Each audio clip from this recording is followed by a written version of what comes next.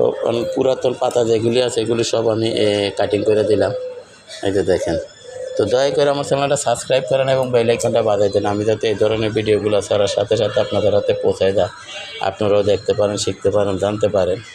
তো দেখেন আমি সবগুলো পাতায় আমি কাটিং করে দিলাম, সবগুলো পাতায় কাটিং করে দিলাম।